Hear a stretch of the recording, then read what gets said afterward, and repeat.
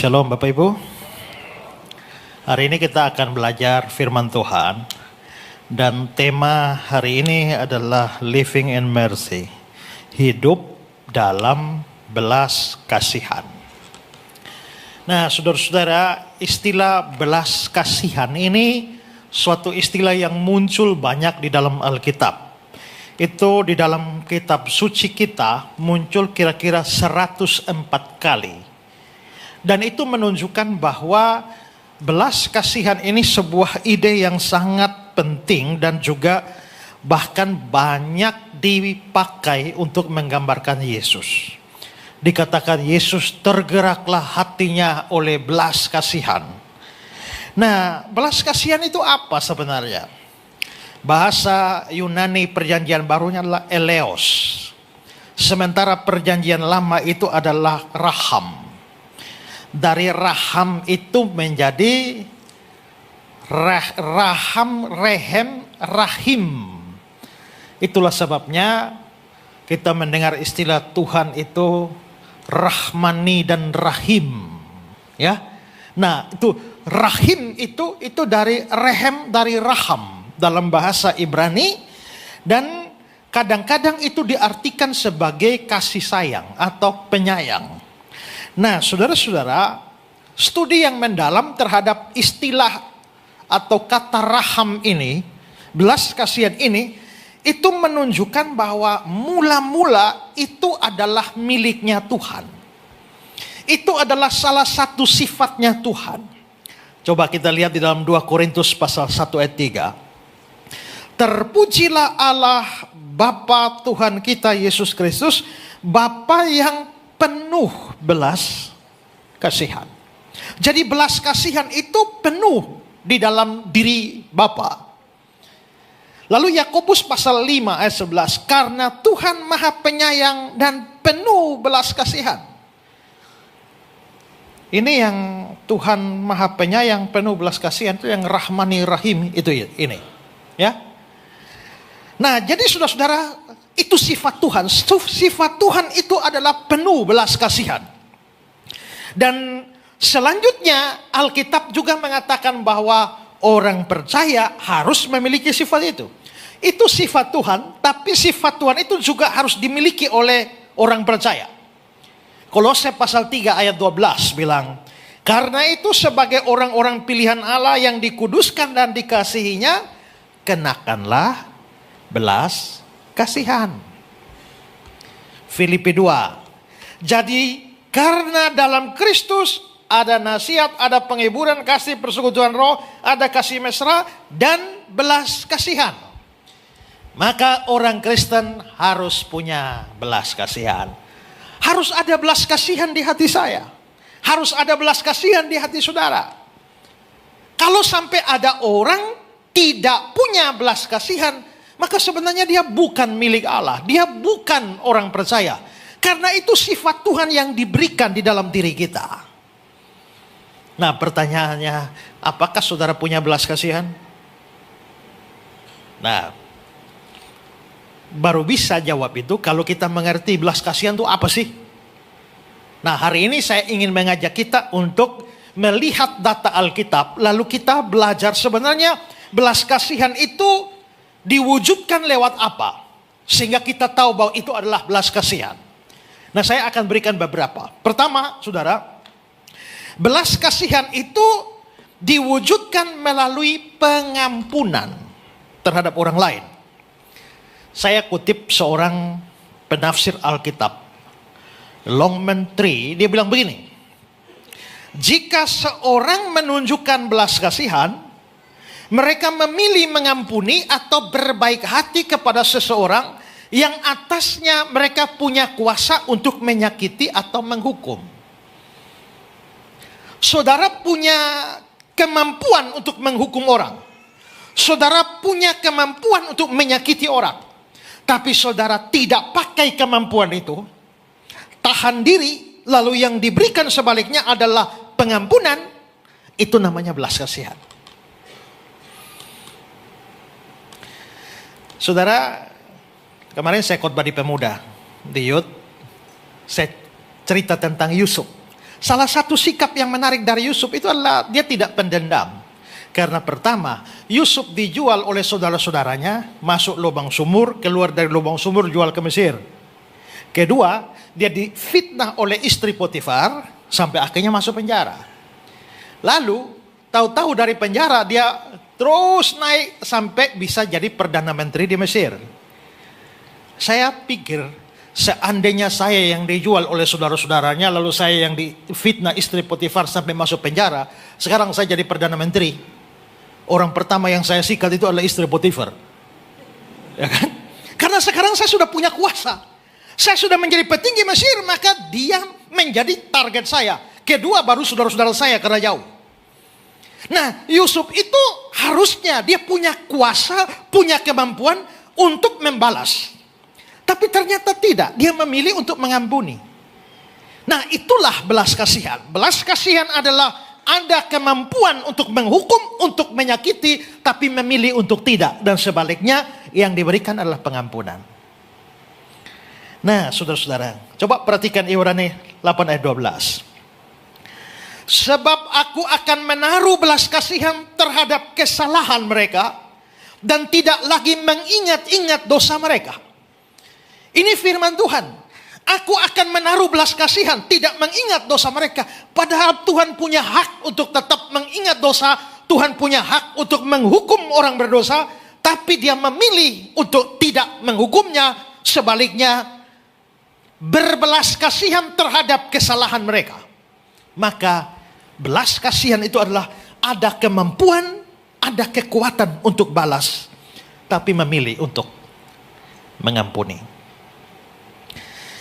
Saudara, di dalam Injil Lukas ada kisah tentang anak yang hilang.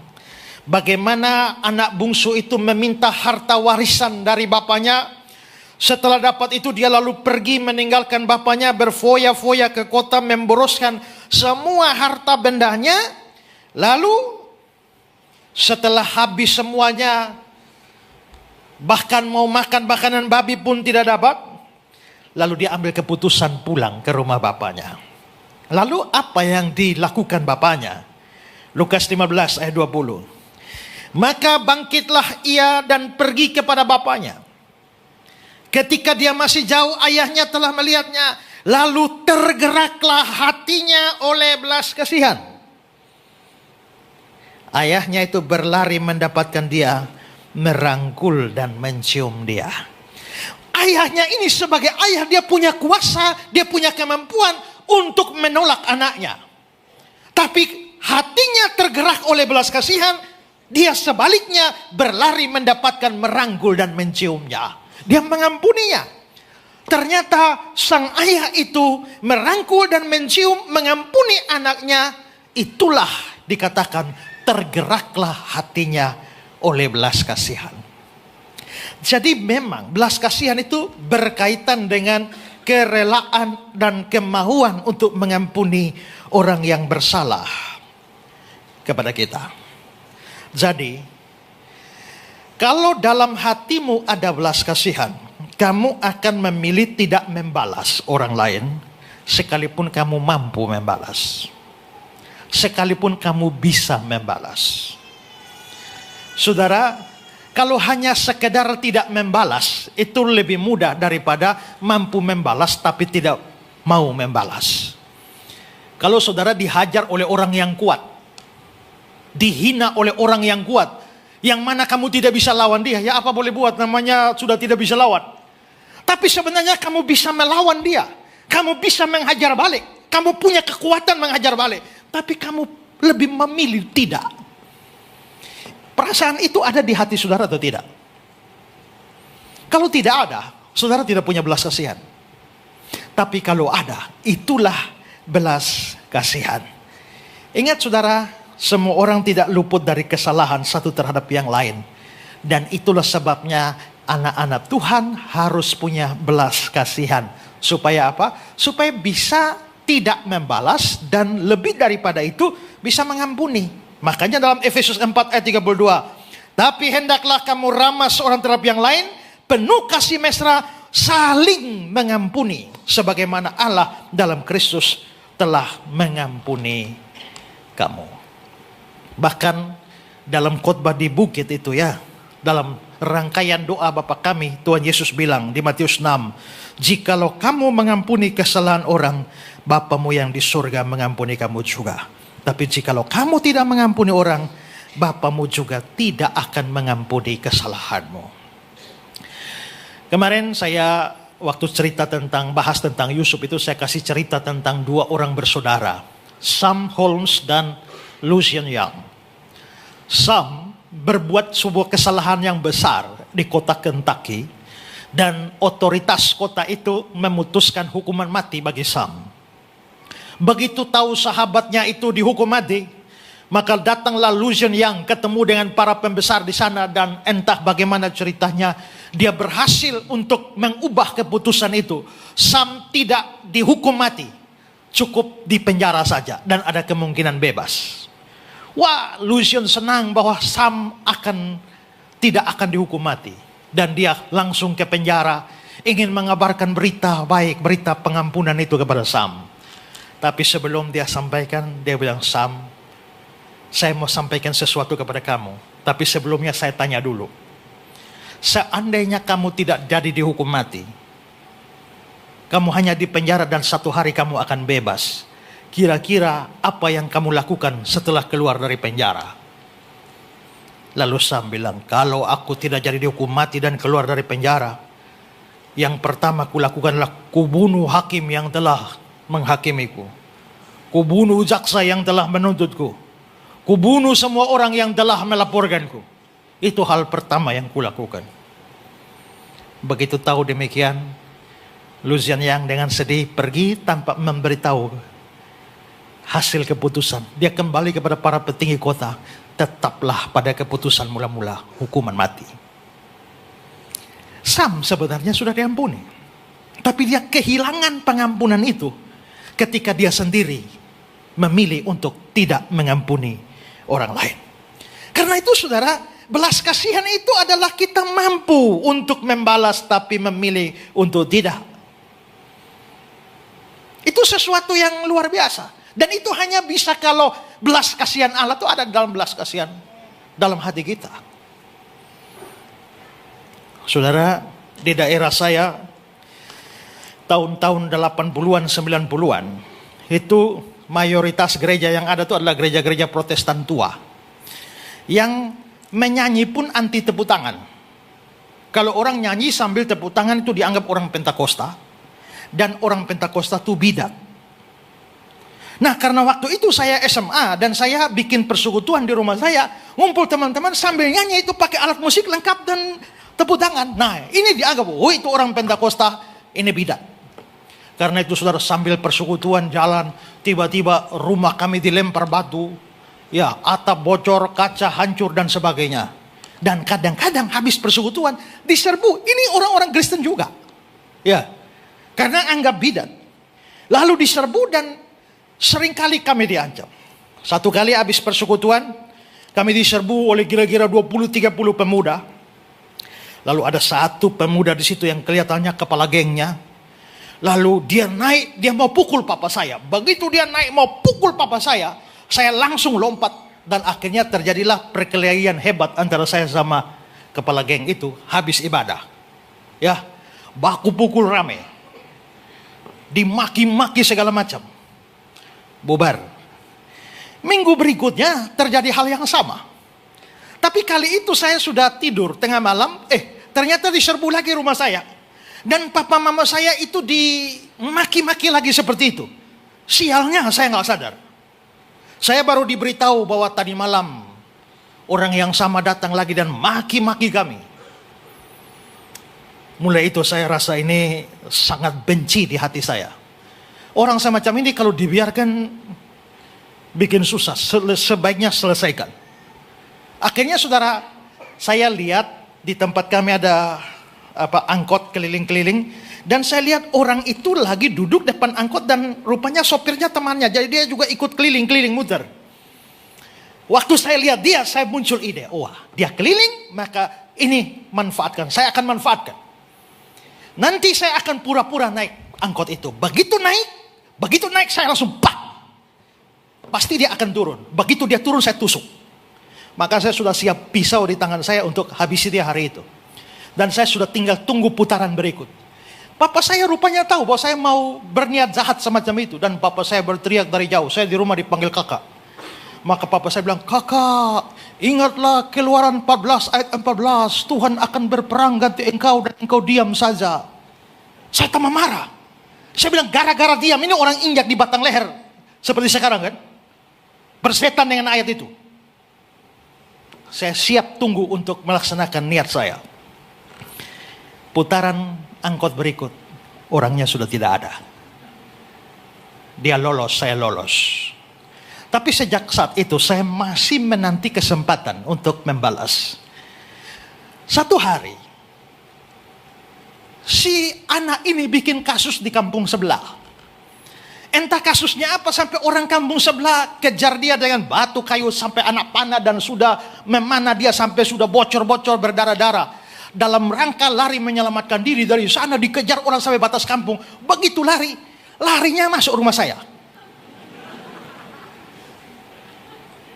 Begitu masuk rumah saya lihat dia masuk, saya bilang, telah tiba saatnya Tuhan menyerahkannya ke tangan kita.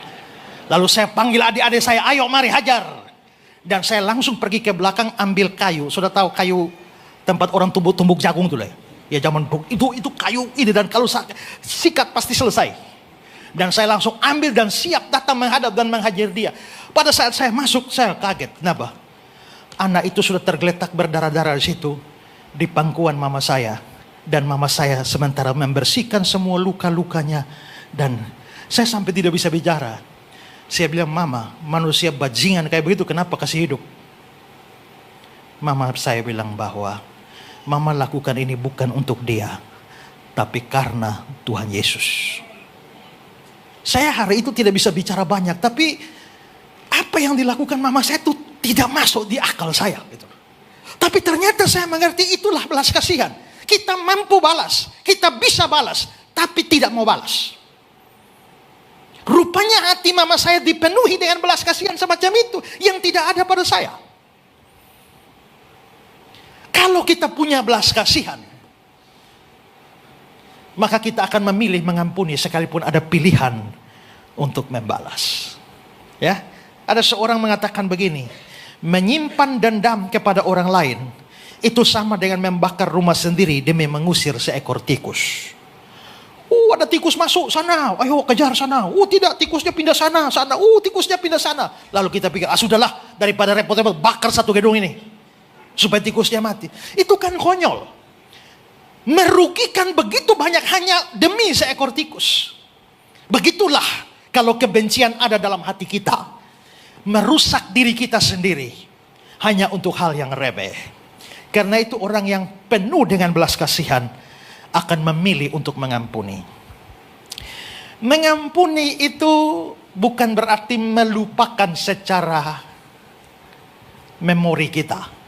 Saya yakin saudara tidak akan bisa lupakan semua pengkhianatan, semua perbuatan jahat orang pada saudara. Disuruh cerita ulang juga masih bisa cerita. Kita mungkin masih ingat secara memori, tapi kita tidak lagi memperhitungkannya dan tidak ada niat membalas. Dulu waktu saya masih muda, sekarang juga masih muda tapi lebih muda dari sekarang lagi. Ya. Nah, saya pernah pacaran sama seseorang. Sudah dekat. Tahu-tahu satu hari dia datang pada saya, kakak, aku hamil. Bukan hamba pelakunya. Ya. Dia pacaran sama saya, hamil dengan orang lain.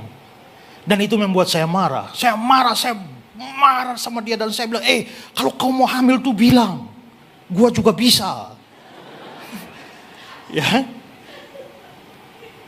Apakah saya lupa kisah itu? Tidak itu. Sudah 20-an tahun lebih, mau 30 tahun saya masih ingat kok. Tapi saya tidak memperhitungkannya lagi. Ya, itu namanya belas kasihan. Pertanyaannya, kira-kira sifat ini ada di hati saudara? Atau tidak? Itu yang pertama. Sekarang yang kedua. Yang kedua, belas kasihan harus diwujudkan melalui penerimaan kepada mereka yang bersalah atau yang berdosa. Ini wujud lain dari belas kasihan.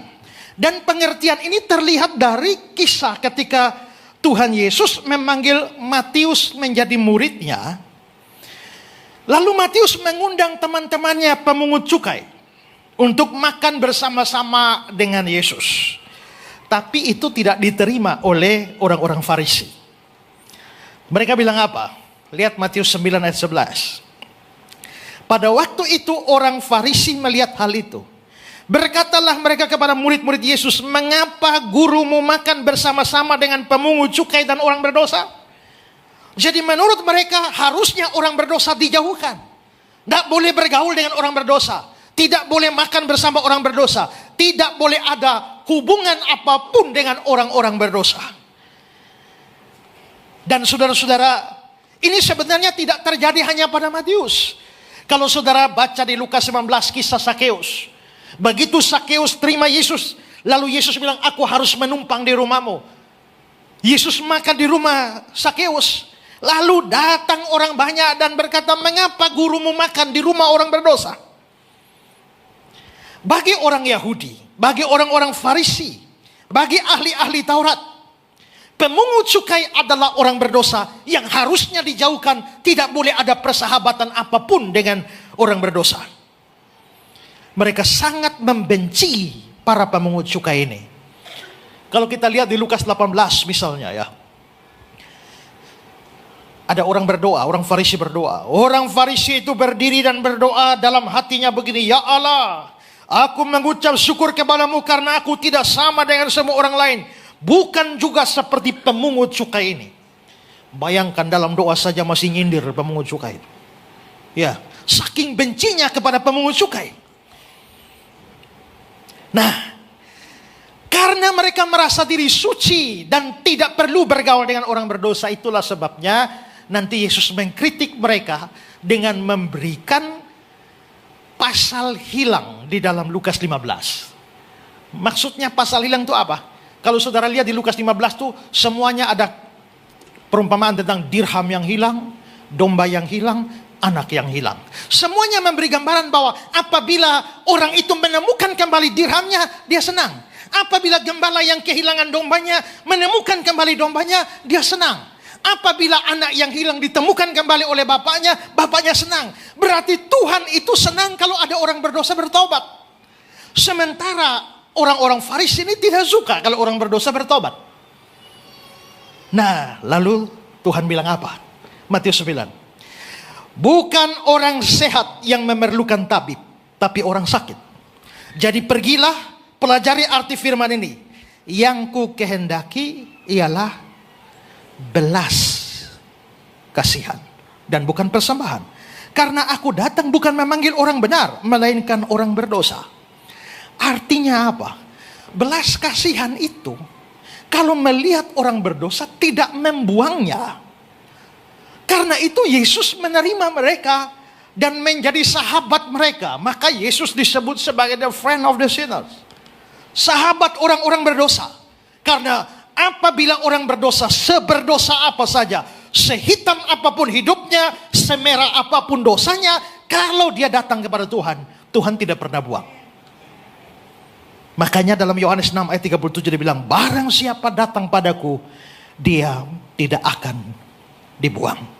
Itu belas kasihan. Nah, Yesus mau agar belas kasihan itu juga ada di hati kita, yang membuat kita bersedia menerima dan memberikan kesempatan pada orang berdosa sehebat apapun apabila orang itu bertobat. Nah, seringkali kita sukar melakukan hal itu. Kita cenderung menolak, kita cenderung membuang, kita cenderung mencurigai, kita cenderung untuk tidak memberikan kesempatan kepada orang yang mau berubah. Tapi kalau kita memiliki belas kasihan, kita akan mau memberikan kesempatan kepada orang yang bertobat. Saudara, saya dulu pernah di sekolah SD, sekolah dasar, bersahabat dengan seorang teman. Tapi karena saya pindah sekolah, dia tetap di kampung, saya pindah ke kota ikut orang tua, dan sudah tidak ketemu bertahun-tahun. Setelah itu, saya bertemu lagi dengan dia waktu sudah SMA. Ketika SMA saya bertemu dengan dia, lalu saya beritakan Injil pada dia. Setelah saya menginjil dia, dia menjadi percaya kepada Yesus. Lalu akhirnya dia ikut dalam pelayanan saya. Ikut persekutuan di tempat saya. Tapi di kota dia tidak ada keluarga, dia tinggal saja sama orang lain yang tidak dia kenali. Tapi gara-gara dia rajin pelayanan itu, begitu dia pulang, pakaiannya, kopernya semua sudah dilempar di luar. Kamu jangan tinggal di sini lagi. Silakan pindah kemana. Sampai akhirnya dia tidak dapat tempat tinggal. Saya bilang sama orang tua, bolehkah dia tinggal di tempat saya? Di rumah kita? Papa mama saya setuju. Akhirnya dia tinggal di rumah saya. Rajin ikut pelayanan sampai kami di penghujung SMA. Lalu dia datang pada saya dan dia bilang, dia panggil saya Pak. Dia bilang, Pak, bolehkah saya jadi hamba Tuhan? Oh boleh, malah bagus. Akhirnya dia masuk satu sekolah teologi di Kupang. Sementara saya meninggalkan Kupang dan sekolah teologi di Malang. Sementara dia sekolah teologi di Kupang, saya di Malang. Satu kali pas liburan, saya balik ke Kupang. Nah saudara-saudara, waktu saya balik ke Kupang, adik saya ketemu dia. Adik saya kasih tahu dia, Pak Esra ada datang. Tapi dia tidak mau ketemu saya. Tapi dipaksa-paksa oleh adik saya, akhirnya dia mau datang. Setelah cerita-cerita, tanya, kamu sekolah teologi sudah sampai mana? Hampir wisuda, tapi dipecat keluar dari sekolah teologi. Loh, kenapa? Karena dia bikin skripsi. Skripsinya, judulnya atau penelitiannya itu meneliti dukun-dukun, santet-santet, jimat-jimat. Dan saking menghayatinya, ya, dia datangi semua dukun dan bahkan terlibat di dalam semua ritual dukun-dukun itu. Termasuk di dalamnya bagaimana berkomunikasi dengan kuntilanak. Maka saudara, itu katanya ya, itu di dekat kampusnya, asramanya itu ada rumpun pisang. Dan dia sudah masang sesuatu di sana. Yang nanti kalau si kuntilanak datang kayak bunyi burung, dia tahu itu datang si kuntilanak itu. Maka begitu ada di aktivitas di asrama, mau doa puasa kayak doa semalam kayak, begitu bunyi burung, dia pasti lari tinggalkan dan ketemu kuntilanak itu. Nah lama-lama itu kan dicurigai oleh teman-temannya. Sampai mereka selidiki dia dan ketahuan ini kok ada calon pendeta mahasiswa teologi yang pakai okultisme semacam ini. Dan akhirnya terbongkarlah. Dan dia diperhadapkan pada sidang dewan dosen dan dengan keputusan dipecat dari sekolah teologi. Gereja yang mensponsori dia pun menolak dia. Mulai sekarang kamu bikin malu gereja, jangan kembali ke sini. Orang satu kampung dia juga tahu semua itu, juga mencemooh dia dan tidak boleh tinggal di sini lagi. Maka dia hanya luntang-lantung jual koran, jual ikan di pasar. Sampai ketemu saya seperti itu, akhirnya saya bilang begini loh Om. Kalau kamu mau mengadakan penelitian terhadap dukun-dukun, lalu kamu jadi dukun. Kalau kamu mau menjadi peneliti, kalau orang mau meneliti pelacur, lalu dia harus jadi pelacur. Itu bagaimana itu? Itu salah, sesuatu yang salah. Intinya saya tuntun dia sampai pada pertobatan. Saya mikir kasihan. Ini secara rohani memang dia salah. Secara rohani, begitu dia sudah selesaikan di hadapan Tuhan, beres secara rohani. Secara akademik dia memang kuliah. Kalau dia kuliah secara akademik berarti nilainya ada. Beberapa tahun sebelumnya saya pernah tolong satu orang juga kasus kurang lebih sama. Tapi saya berhasil tolong dia jadi dosen di salah satu teologi di Malang Selatan sana. Sekarang dia jadi dekan di sana. Akhirnya saya telepon dia, teman, ini ada kasus begini. Satu teman kita juga. Dia punya kasus begini. Bisakah kamu tolong dia? Karena kita tidak menipu. Ini anak betul-betul kuliah. Hanya sekarang kasus begini. Bagaimana caranya kamu buka jalan supaya dia bisa kuliah di sana? Oh, enggak bisa Pak. Saya bilang enggak bisa. Bagaimana dulu saya bisa tolong kau kok. Sekarang kenapa kau tidak bisa tolong dia? Singkat cerita, teman ini menolong dia. Dan dia pergi melanjutkan studinya di sana. Dan selesai. Setelah tamat, dia menjadi seorang penginjil. Pergi ke Kalimantan. Dan mulai menginjil dari kampung ke kampung. Membuka banyak gereja. Sampai hari ini belasan gereja sudah dia buka. Dan akhirnya saya pergi dan berkunjung ke dia. Dan saya berada di depan gereja dia. Kalau saudara lihat gambar ini gambar yang saya ambil di depan gereja dia. Dia lagi mau membangun gereja. Jadi temanya adalah menyeberanglah kemari dan tolonglah kami. Ya. Nah, saudara-saudara, lalu setelah itu saya berpikir, wah, ternyata kira-kira 17 gereja sudah dia bangun.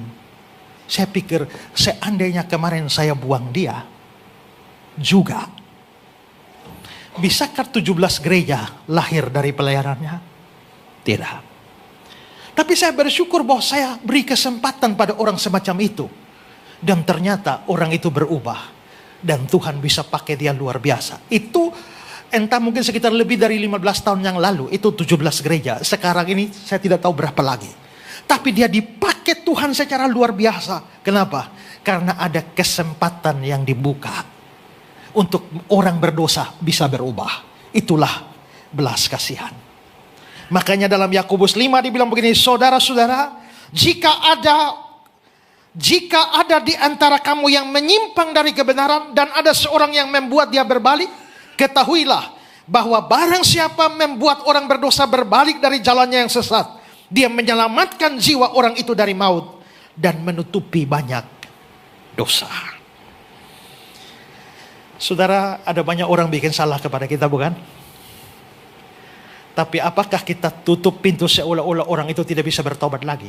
Dan kalau orang itu mau berubah dan bertobat, kamu kasih kesempatan atau tidak?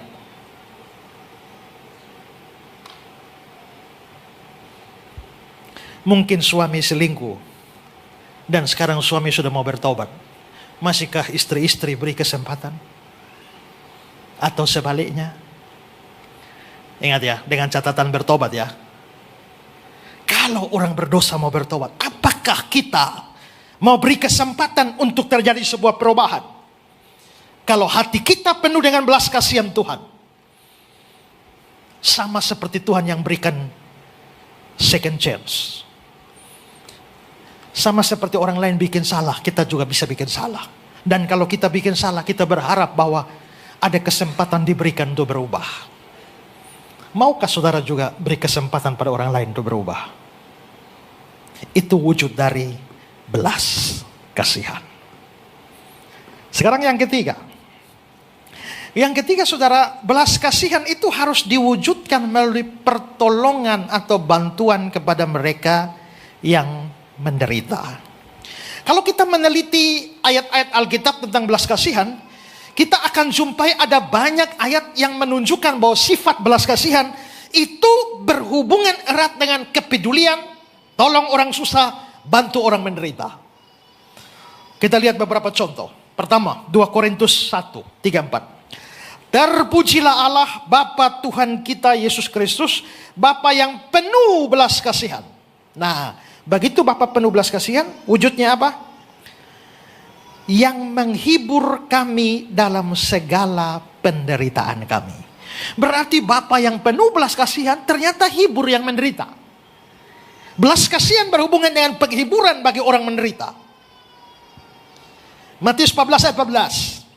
Ketika Yesus mendarat, dia melihat orang banyak yang besar jumlahnya, maka tergeraklah hatinya oleh belas kasihan pada mereka dan dia menyembuhkan mereka yang sakit. Hati Yesus tergerak oleh belas kasihan. Wujudnya apa? Sembuhkan orang sakit. Matius 15:32. Lalu Yesus memanggil murid-muridnya dan berkata, hatiku tergerak oleh belas kasihan pada orang banyak itu. Sudah 3 hari mereka mengikuti aku, mereka tidak punya makanan. Aku tidak mau menyuruh mereka pulang dengan lapar. Nanti mereka pingsan di jalan. Hati Yesus tergerak oleh belas kasihan. Wujudnya apa? Kasih makan orang lapar. Lukas 7:13. Dan ketika Tuhan melihat janda itu, tergeraklah hatinya oleh belas kasihan. Lalu dia berkata kepadanya, jangan menangis. Hati Yesus penuh belas kasihan. Akhirnya dia tolong janda lain itu dengan membangkitkan anaknya. Maka terlihat dari semua ayat ini, apabila dalam diri seseorang ada yang namanya belas kasihan, orang itu akan terdorong untuk menolong orang yang menderita, menolong orang yang susah, tolong bantu orang-orang yang berada dalam kesulitan. Itu belas kasihan. Saya kutip dari Thayer Greek Definition. Dia bilang begini, belas kasihan, kebaikan atau kehendak atau niat baik kepada orang yang sengsara dan menderita, disertai dengan kemauan untuk membantu mereka. Nah, kalau saudara lihat orang susah, kira-kira ada perasaan apa? Cuek aja lah, mampus lu. Kalau seperti itu, tidak ada belas kasihan. Kalau betul-betul belas kasihan ada, begitu saudara lihat ada orang susah, pasti ada hati yang tergerak untuk bagaimana menolong orang susah itu, bagaimana menolong orang sengsara itu, bagaimana melepaskan dia dari kesulitan. Itu wujud dari belas kasihan. Contoh nyata itu adalah orang cerita Yesus tentang orang Samaria yang murah hati. Ada orang yang dirampok hampir mati di situ. Imam lewat tidak tolong. Orang Lewi lewat tidak tolong. Tapi bagaimana dengan Samaria? Lukas 10. Lalu datanglah seorang Samaria yang sedang dalam perjalanan ke tempat itu. Dan ketika dia melihat orang itu, tergeraklah hatinya oleh belas kasihan. Jadi saudara, hatinya mulai ada belas kasihan.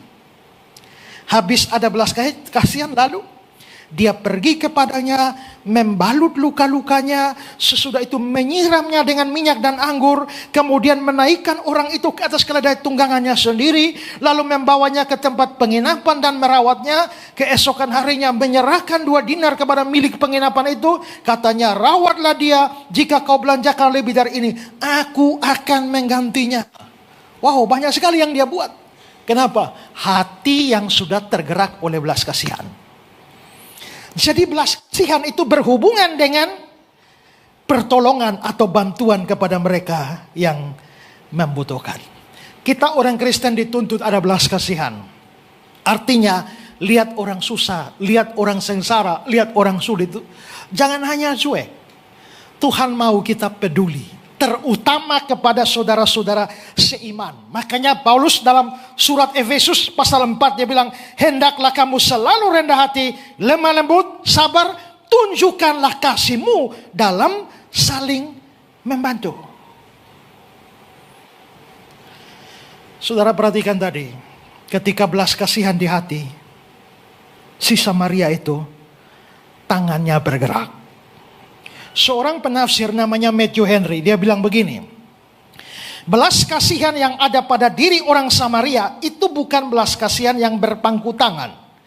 Baginya belum cukup untuk sekedar berkata, semoga cepat sembuh, semoga ada yang menolongmu. Tapi saat hatinya tergerak, dia mengulurkan tangannya kepada orang malang dan miskin itu.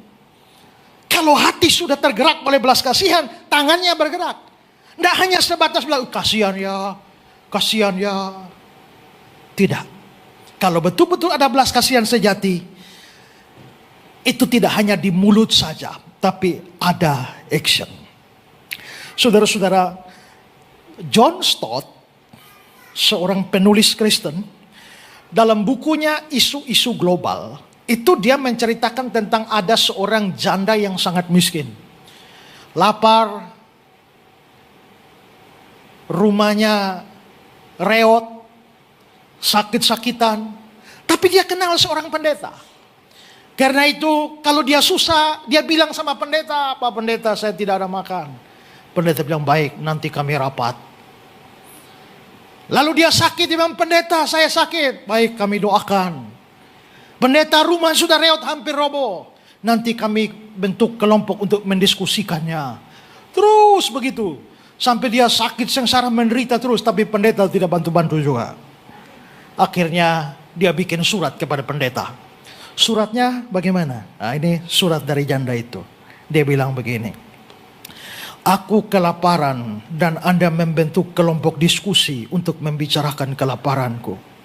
Aku terpenjara dan Anda menyelinap ke kapel dan berdoa untuk kebebasanku. Aku telanjang dan Anda mempertanyakan dalam hati kelayakan penampilanku. Aku sakit dan Anda berlutut mengucap syukur atas kesehatan Anda. Aku tidak punya tempat berteduh dan Anda berkhotbah kepadaku tentang kasih Allah sebagai tempat berteduh spiritual. Aku kesepian dan Anda meninggalkanku untuk berdoa bagiku. Anda kelihatan begitu suci, begitu dekat dengan Allah. Tapi aku tetap amat lapar, amat dingin, dan amat kesepian. Itu protes terhadap kasih yang hanya teori saja. Yang hanya di mulut saja. Kalau betul di hati saudara ada belas kasihan, saudara pasti akan berusaha untuk menolong orang. Saudara, saya akan tutup khotbah saya ini dengan suatu cerita. Saya mempunyai jemaat suami istri yang rajin sekali beribadah. Setelah mereka berdua rajin beribadah beberapa saat, tiba-tiba polanya berubah.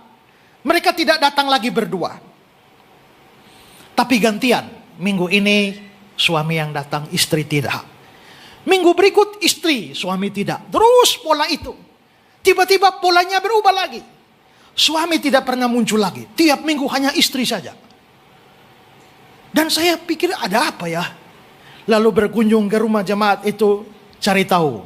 Dan ternyata mereka cerita, Pak, sebelumnya bapak masih kerja, suami masih kerja. Ada cukup uang untuk transportasi kami datang berdua ibadah di gereja. Tapi ternyata suami PHK, di PHK tidak cukup transportasi. Transportnya hanya cukup untuk satu orang. Karena satu orang lah maka kami sepakat bahwa gantian. Minggu ini suami, minggu depan istri. Kalau suami yang datang, maka dia harus wajib dengar baik-baik Pak Esra khotbah apa. Pulang baru dia cerita sama istrinya. Tadi khotbah tuh begini. Minggu berikut istrinya lagi yang datang dengar khotbah apa. Pulang cerita suami. Tapi kenapa kok tiba-tiba berubah istri tok suami hilang? Karena begini Pak. Ya terus terang kalau suami yang datang dan dengar khotbah, pulang mau cerita bingung dia. Sampai dia juga tidak tahu tadi pendeta khotbah apa.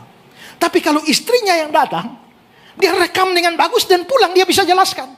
Jadi daripada suami datang pulang tidak bisa cerita, kita dua nggak bisa apa-apa. Mending istri yang datang supaya bisa tangkap firman Tuhan dan pulang bisa jelaskan. Saya waktu dengar itu, aduh susahnya. Orang yang begitu rindu berbakti dan rindu firman Tuhan harus pakai trik seperti itu hanya karena kurang transport. Sementara kita habis kebaktian pergi ke resto dan makan bisa habis 500, 600, 700 ribu hanya sekali makan. Sementara orang ini hanya transport saja susah. Maka sejak saat itu saya bilang yang pengurus-pengurus gereja, yang pelayan-pelayan semua, mulai sekarang makan bayar sendiri-sendiri. Ya. Lalu biaya untuk makan itu simpan, bantu orang susah supaya orangnya bisa datang berbakti.